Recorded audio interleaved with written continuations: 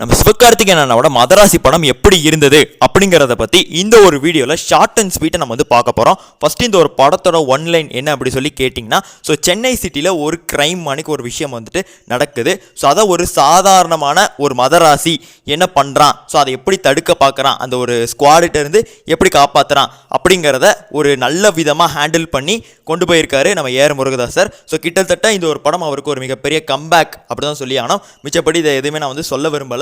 So துப்பாக்கி படம் மாணிக்கே தாங்க. ஸோ அவ்வளோதான் வந்துட்டு ஒன்று நம்ம வந்து சொல்லணும் அப்படின்னா, ஸோ விளிம்பில் சேரோட விளிம்பில் உங்களை எல்லாருமே உட்கார வச்சுருவாரு. அந்த அளவுக்கு வந்து தான் செம்மையாக வந்து படம் வந்து பண்ணியிருக்காப்புல அப்படி தான் வந்து சொல்லி ஆகணும். ஸோ இந்த ஒரு படத்துக்கு ஃபஸ்ட்டு ப்ளஸ் எல்லாருமே வந்துட்டு எஸ்கேன்னு சொல்லுவீங்க.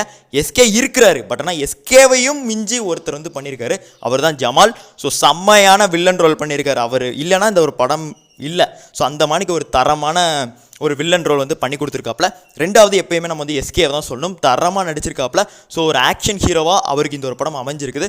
என்ன கேட்டிங்கன்னா, இந்த ஒரு படத்தில் தான் அவர் முழுசாக ஒரு ஆக்ஷன் ஹீரோவே பார்க்குறேன். இதுவரை காமெடினாவே பார்த்துருக்கேன், அமரன் அஃப்கோர்ஸ், பட் ஆனால் அது முகுந்த் வரராஜனாக பார்த்தோம்.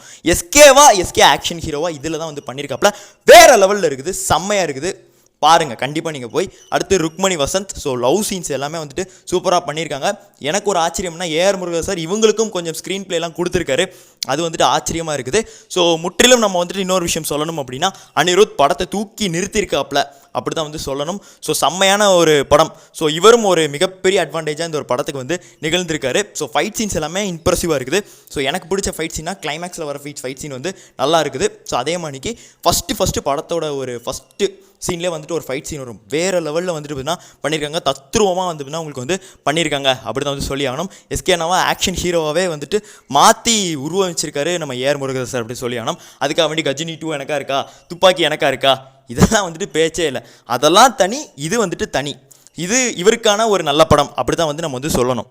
அதே மாதிரிக்கு படத்தோட சினிமோட்டோகிராஃபி டீமையும் நம்ம வந்து பாராட்டணும். ஸோ எல்லாமே நல்லா தாங்க இருக்குது. பட் ஆனால் ஹேட்டர்ஸ் தயவு செய்து நெகட்டிவ் ரிவ்யூஸ் ஸ்ப்ரெட் பண்ணாதீங்க, அவ்வளோதான் நம்ம வந்து சொல்ல முடியும் அப்படின்னு சொல்லிட்டு இந்த வீடியோ முடிச்சுக்கிறேன். படம் பார்த்துட்டு வந்து நீங்கள் வந்து கமெண்ட்ஸில் எப்படி இருக்குன்னு கணக்காமல் சொல்லணும். நன்றி, வணக்கம்.